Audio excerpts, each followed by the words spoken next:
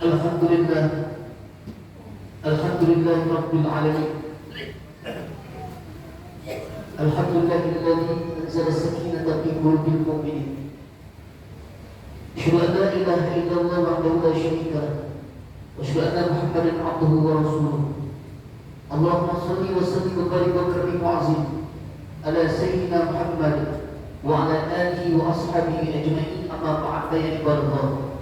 Ittaqullah mastata'tum ila maghfirati rabbil alamin. Wa qala Allah ta'ala fil Qur'anil Karim, a'udzu billahi as-sami'il 'alim minasy syaithanir rajim. Wasari'u ila maghfirati rabbikum wa jannatin 'arduha as-samawati wal ardh wa u'iddat lil muttaqin. Shadaqallahul 'aliyyul 'azim. Saudara-saudaraku kaum muslimin, seiman sekeyakinan yang mencintai karena Allah, bersyukur kita atas izin dan kuasa Allah, kembali kita dipertemukan oleh Allah, dihimpunkan oleh Allah di rumah Allah yang penuh dengan keberkahan ini. Mudah-mudahan seluruh karunia Allah akan dapat kita syukuri dengan segala syukur sesuai dengan yang memberi nikmat, yaitu Allah Subhanahu wa Ta'ala, sehingga Allah akan memberikan rahmat dan nikmat serta meridhoi sepanjang perjalanan hidup kita. Salawat dan salam kita mohonkan kepada Allah agar senantiasa tersampaikan kepada pemimpin yang mulia dan dimuliakan oleh Maha Mulia, ialah Nabi besar Muhammad sallallahu alaihi wasallam, dari keluarga, zuriat, sahabat, termasuk kita sebagai pengikut yang umat akhir zaman. Ungkapan cipta melalui sebuah salawat, Allahumma sholli ala Sayyidina Muhammad wa ala ali Sayyidina Muhammad.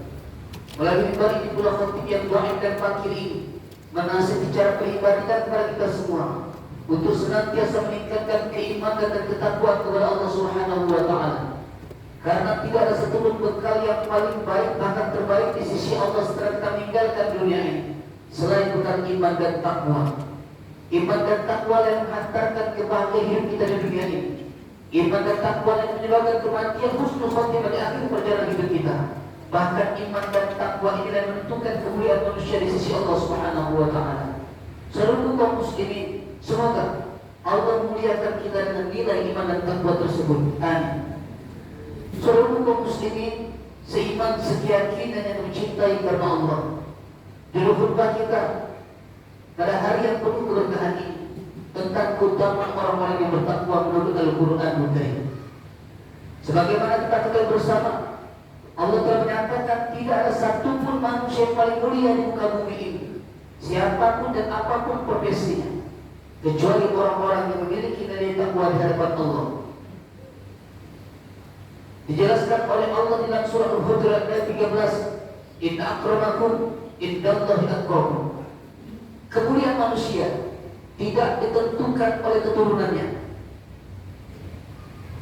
Kemuliaan manusia tidak ditentukan dengan pangkat dan jabatannya. Kemuliaan manusia tidak ditentukan dengan harta, martabat, dan materi yang ia miliki, selain daripada nilai iman dan takwa itulah. Saudaraku, bagaimana contoh hidup, begitulah kita akan mengakhiri hidup kita. Di dunia ini boleh jadi kita memiliki profesi yang beraneka ragam, harta yang berbeda-beda, pangkat yang berbeda-beda, kedudukan status yang berbeda-beda. Tapi pada akhirnya, bagaimana kita lahir, begitulah kelak kita akan menghembuskan nafas terakhir kita. Kita lahir dalam posisi telanjang, mati pun dalam posisi telanjang. Lahir di bedok, mati pun di bedok yang disebut dengan kain kafan. Di dunia ini boleh jadi kita memiliki rumah yang mewah, ada yang rumah sederhana, bahkan ada rumah yang miskin. Tapi senang atau tidak senang, kita akan mendapatkan rumah masa depan yang tidak kurang dari 1 kali 2 meter. Di dunia ini boleh jadi kita memiliki kendaraan yang beraneka ragam. Ada yang memiliki mobil, ada yang memiliki motor, ada yang memiliki sepeda, bahkan mobil pun ada yang harganya hampir 30 miliar. Bahkan ada orang yang kaya dia memiliki motor 1 miliar harganya, lebih daripada rumah kita. Tapi pada akhirnya nanti, senang atau tidak senang, kita akan masuk kepada suatu kendaraan yang angker yang disebut dengan keranda jenazah. Itulah akhir perjalanan hidup manusia. Tidak lain dan tidak bukan nilai iman dan takwa inilah yang akan membawa kebahagiaan hidup di dunia. maka tidak perlu kita menyombongkan di dunia ini. Pada akhirnya, sekali lagi, begitu kita lahir, begitu pun kita akan meninggal dunia. Oleh sebab itu, mengutip ayat demi ayat dalam Al-Quran, kami akan paparkan pada kesempatan dalam waktu yang sangat terbatas ini tentang keutamaan orang-orang yang bertakwa menurut Al-Quranul Karim. Takwa menurut ulama fikih adalah mengerjakan perintah Allah dan menjauhi larangan-larangan Allah. Itu ulama menyebutkan seperti itu. Bahkan di tiap mimbar demi mimbar khotib dan khotib menyampaikan itu. Ulama tasawuf mengatakan takwa adalah orang yang takut kepada Allah. Ittaqullah, takutlah kepada Allah. Kita yang berbuat kebaikan ini takut kalau kebaikan yang kita lakukan tidak membuat Allah ridha kepada kita. Takut kalau Allah tidak ridha. Sholat yang kita lakukan, puasa yang kita lakukan, zakat yang kita lakukan, haji yang kita lakukan, khawatir takut kalau Allah tidak ridha kepada kita. Dan orang yang berbuat maksiat sekecil apapun takut kalau maksiat itu kecil di mata kita, besar di hadapan Allah yang membuat Allah murka kepada kita. Saudara kaum muslimin rahimakumullah. Kalau kita tahulah pengertian takwa ini, maka kita berusaha semaksimal mungkin dengan ikhtiar kita secara sempurna, dengan doa serta kemampuan dalam hati diri kita untuk mencapai nilai mulia di sisi Allah yang disebut dengan takwa ini. Subhanallah, ayat Al-Quran memaparkan keutamaan orang-orang yang bertakwa sejak dari dunia ini sampai kelak bertemu dengan baginda Rasul dalam surganya Allah nanti. Yang pertama di dunia, orang yang bertakwa akan dijamin kehidupannya. Sebagian kita hafal surat Al-Talaq ayat 2 dan 3. Bahkan sebagian kita ada yang menempelnya di dinding, menjadikannya kaligrafi. Wa may yattaqillaha yaj'al lahu makhraja wa yarzuqhu min haitsu la yahtasib. Wa may tawakkal 'ala Allah fa huwa hasbuh. Cuma kita bisa membacanya saja, diukir dengan khat yang hebat, tapi kita tidak tahu pengertian. Ayat itu bukan untuk ditempel di dinding saja. Ayat itu untuk diamalkan. Siapa yang bertakwa, maka Allah Subhanahu wa ta'ala akan memberikan jalan keluar dari tiap masalah dalam hidupnya. Ini subhanallah saudara. Tidak ada satupun manusia yang tidak memiliki masalah. Siapapun kita. Apa kita kira kalau orang sudah mampu tidak memiliki masalah? Kalau orang sudah memiliki harta berbagai banyak tidak memiliki masalah? Makin banyak hartanya, makin tinggi statusnya, maka makin banyak masalah yang akan dihadapinya. Kita dulu yang belum berkeluarga mungkin masalah secara pribadi. Lalu kita memiliki istri, makin ada masalah. Kita memiliki anak, memiliki pesa, makin banyak keluarga, makin banyak kita bertemu karakter sifat manusia yang akan membuat kita harus menyelesaikan masalah itu. Tapi bagi orang-orang yang beriman, bagi orang bertakwa, bukan takut dengan masalah dan tidak akan pernah lari dengan masalah, karena kita tidak mungkin lari dari masalah. Orang yang beriman takut ketika ada masalah, Allah meninggalkannya, Allah menutup jalan keluar. Tapi tentangan itu ada. Ya Allah, silakan engkau berikan masalah, tapi engkau yang memberikan masalah, engkau pula yang akan mengatasi masalah. Itu hakmu ya Allah. Maka orang yang bertakwa aman, damai, tentram, karena masih ada Allah dalam hidupnya. Makanya di dalam surah Al-Ikhlas yang sering kita baca hafal itu, Qul huwallahu ahad, Allahus samad. Allah itu esa. Katakan ya Muhammad, Allah itu esa, Allah itu tauhid. Af'al asma. Allahus samad. Allah tempat bergantung. Saudara, kalau kita menggantungkan sesuatu hidup dengan manusia ini sepenuhnya, kami katakan, seseorang yang menggantungkan hidupnya sepenuhnya dengan manusia, maka bersiaplah untuk kecewa. Bersiaplah untuk kecewa. Karena suatu saat boleh jadi orang yang kita gantungkan hidup dengannya, ada saatnya dia jenuh, ada saatnya dia bosan. Tapi dengan Allah, jangan sampai kita melepaskan hati kita dari Allah. Keluarga yang kita berjuang untuknya, cinta kepadanya, menyayangi dia, suatu saat kita yang meninggalkan keluarga kita atau keluarga kita yang akan meninggalkan kita. Kalau cinta kita bergantung sepenuhnya dengan dia, ketika dia meninggalkan kita, hilang rasa cinta kita, hilang rasa cinta dia, berat kita berpisah dengannya. Karena tumpah harapan kita kepada dia. Ketika dia hilang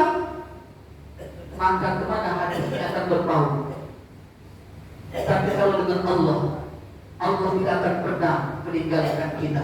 Kita lah yang sering meninggalkan Allah. Maka baginda Rasulullah SAW dinasihati oleh Allah di dalam surah Ad-Duha, yang semua itu untuk kita sebenarnya. Wad-duha wal laili saja, ma wadda'aka rabbuka wa ma qala. Ya Muhammad, aku Tuhan tidak pernah meninggalkan, aku Tuhan tidak pernah membencimu. Kalau ayat yang ketiga dari surah Ad-Duha ini kita renungkan, ternyata Allah tidak pernah meninggalkan kita, Allah menyayangi kita. Kita yang terkadang meninggalkan Allah dalam hidup kita. Kita yang terkadang membenci Allah. Membenci langsung mungkin tidak, tapi ucapan kita menggerutu, tidak senang dengan ridho Allah, itu pun bagian daripada benci kepada Allah. Ya Allah, kenapa kau jadikan hidup aku melarat seperti ini? Kenapa kau berikan cobaan demi cobaan seperti ini? Bukankah itu benci kepada Allah? Padahal kasih sayang Allah tidak bertepi untuk kita, tapi kasih sayang manusia boleh jadi ada batasnya. Dan orang yang bertakwa akan diberikan jalan keluar dari tiap masalah, janji Allah. Wa yarzuqhu min haitsu la yahtasib. Wa may yattaqillah yaj'al makhrajan wa yarzuqhu min haitsu la yahtasib. Dan Allah akan memberikan rezeki dari jalan yang tidak disangka-sangka. Yang kedua, diberikan jalan keluar dari tiap masalah, diberikan rezeki dari jalan yang tidak disangka-sangka. Dalam tafsir saudara, rezeki itu ada dua bagian. Ada rezeki yang dicari, ada rezeki yang dijanjikan. Rezeki yang dicari buka dalam Al-Quran surah Al-Jum'ah ayat 10. Wa iza qultu salat fantashiru fil ard wa tatawu min fadlillah wa taqulu hatta tilawat tubih.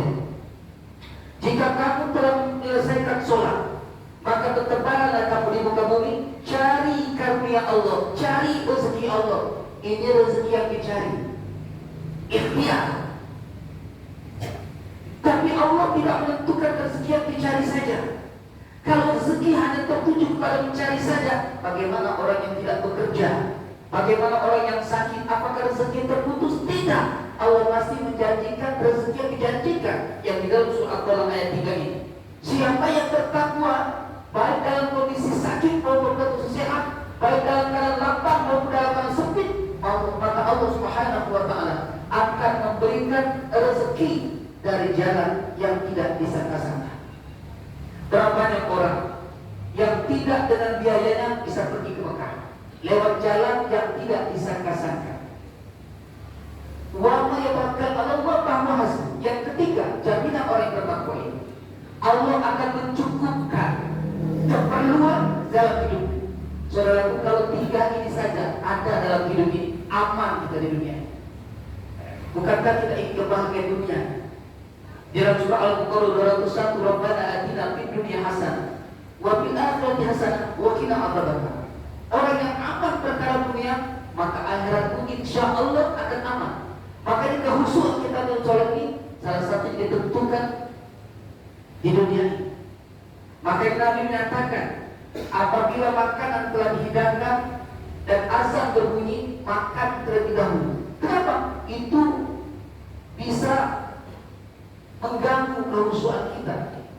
Kalau kita sholat tanpa didahului dengan makan, artinya dunia ini ada satu jalan untuk mencapai kebahagiaan akhirat, tempat kita untuk memberikan kebaikan yang penting hasil dari akhirat. Seluruh kaum muslimin rahimakumullah, itu di dunia. Kemudian yang berikutnya, orang yang bertakwa ketika menjelang kematiannya, Allah ingatkan dengan kasih sayang Allah di dalam surah Ali Imran 102, ya ayyuhalladzina amanu taqullaha haqqa tuqatih wa la tamutunna illa wa antum muslimun. Wahai orang-orang yang beriman, bertakwalah kamu dengan sebenar-benar takwa.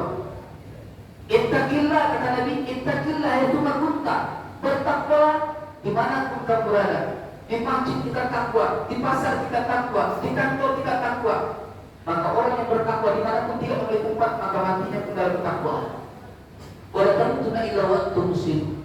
Jangan kamu meninggal dunia kecuali benar-benar menjadi orang-orang yang melaksanakan Islam secara kampah. Maknanya, karena kalau orang muslim seluruhnya muslim, tapi belum tentu kita melaksanakan Islam secara kampah, secara syariat, secara menyeluruh. Orang yang dijamin keselamatan adalah orang yang menjalankan Islam secara praktik dalam hidupnya dan menjelang meninggalnya nanti, saudara. Di dalam surah An-Nahl ayat 31-32, wa kadzalika jazaa'ul muttaqin alladzina taqahum malaikatu thayyibin yaqulu salamu alaihim jannah bima kuntum ta'malun. Allah akan memberikan balasan kepada orang-orang yang bertakwa. Siapa mereka itu? Yaitu orang-orang yang bertakwa itu ketika menjelang wafatnya, maka Allah akan menurunkan malaikat yang baik untuknya, dan kelak malaikat itu akan mengatakan salamun alaikum jannah, mengucapkan salam sebelum menghembuskan nafas terakhir. Malaikat akan mencabut nyawanya dalam kondisi permisi terlebih dahulu, mengucapkan salam tidak dulu dan mengatakan masuk ke dalam surga. Bima kuntum ta'malun, karena kamu telah berbuat kebaikan dalam kehidupan. Jaminan, saudara. Kematian mau tidak mau pasti akan datang kepada kita. Siapa pun itu. Bahkan di dalam surah An-Nazi'at Allah bersumpah dengan menggunakan nama malaikat. Wan-nazi'atu gharqa, wan-nashitati nashta. Demi malaikat yang mencabut nyawa dengan keras, dan demi malaikat yang mencabut nyawa dengan lembut. Gharqa. Gharqa itu orang meninggal dalam keadaan orang. Gharqa. Ada yang nashta, meninggal dalam keadaan lemah lembut. Seperti laksana mencabut satu helai rambut dari tepung yang sedang diambil. Tapi yang gharqa itu, kata Nabi, diumpamakan seperti menarik sutra, kain sutra yang basah diduri lalu ditarik, robek. Allahumma taqabbal. Seluruh kaum muslim rahimakumullah. Yang terakhir, jaminan orang yang bertakwa di akhirat. Maka orang bertakwa pasti dipastikan husnul khotimah di akhirat nanti. Kita sering dengar, kita ingin bahkan, kita ingin di akhirat nanti dalam keadaan masuk surga tanpa hisab. Ternyata ada, dia bukan nabi, dia bukan wali, tapi dia hanya orang-orang yang memiliki ketakwaan semasa hidupnya. Ada satu jaminan dari Allah yang telah masuk surga tanpa hisab, tanpa diperhitungkan lagi. Seluruh kaum muslimin rahimakumullah. Al-Quran menyebutkan yang pertama dalam surah Al-Imran ayat 133, wasari'u ila maghfiratin min rabbikum wa jannah wa jannatin arduha as-samawati wal ardh uiddat lil muttaqin. Bersegera kepada ampunan Allah yang luas surga itu seluas langit dan bumi. Uiddat lil muttaqin, diperuntukkan bagi orang yang bertakwa. Kemudian dalil yang menyatakan bahwa tanpa hisab kalau orang yang bertakwa masuk dalam surganya Allah. Kita bisa lihat di dalam surah Az-Zumar ayat 61, wa yunajjillahu alladhi taqaw bima fazatihim la yasu wa lahum yahzanun. Allah akan menyelamatkan orang-orang yang bertakwa karena kemenangan mereka. Dialah orang yang menang walaupun di dunia dia kalah. Orang yang sukses di dunia boleh jadi dia menang, tapi belum tentu sukses di akhirat. Tapi orang bertakwa dia akan dapat buah kemenangan. Di dunia dia sukses, di akhirat nanti dia sukses. Dan sukses di akhirat itu tidak bisa dibeli dengan harta, tapi dengan ketakwaan dan nilai-nilai iman dan ibadah kita. Maka kata Allah, la yamassu, maka mereka orang bertakwa itu akan diselamatkan oleh Allah dan tidak akan disentuh oleh api neraka. Tidak akan disentuh oleh api neraka. Jaminan Allah. Walau yahzanun, tentulah mereka tidak akan bersedih karena mendapatkan keridhaan dari Allah Subhanahu wa taala. Seluruh kaum muslimin rahimakumullah. Inilah yang kami sampaikan. Mudah-mudahan keutamaan orang bertakwa ini akan dapat memotivasi kita untuk menjadi berusaha semaksimal mungkin untuk mendapatkan kualitas takwa ini. Karena takwa ini sering disampaikan oleh para khatib-khatib kita setiap hari Jumat. Bertakwa agar benar-benar kita menjadi orang yang bertakwa sebelum nafas kita sampai di tenggorokan. Semoga Allah sekalian memberikan rahmat, hidayah dan ridho kepada kita semua. Amin Allahumma amin. A'udzu billahi minasyaitonir rajim. الله الرحمن الرحيم والعصر إن الإنسان لفي خسر إلا الذين آمنوا وعملوا الصالحات وتواصوا بالحق وتواصوا بالصبر. بارك الله ونفعني وإياكم بما فيه من الآيات والذكر الحكيم واغفر وارحم وأنت خير الراحمين. اللهم صل وسلم على سيدنا محمد وعلى آل سيدنا محمد. الحمد لله الذي أمرنا بالاجتهاد والاتصال بحق الله جميعا وبذكر نعمته علينا إذ كنا أعداء. أشهد أن لا إله إلا الله وحده لا شريك له وأشهد أن محمدا عبده ورسوله لا نبي بعده.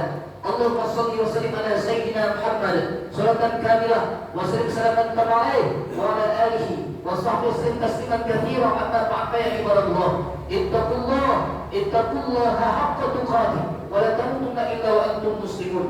واعلموا أن الله تعالى أمركم بأمر منزل والقدسي وقال سبحانه وتعالى إن الله وملائكته يصلون على النبي يا أيها الذين آمنوا صلوا عليه وسلموا تسليما. اللهم صل على سيدنا محمد وعلى آل سيدنا محمد برحمتك يا أرحم الراحمين. اللهم اغفر للمؤمنين والمؤمنات والمسلمين والمسلمات الأحياء منهم والأموات برحمتك يا أرحم الراحمين.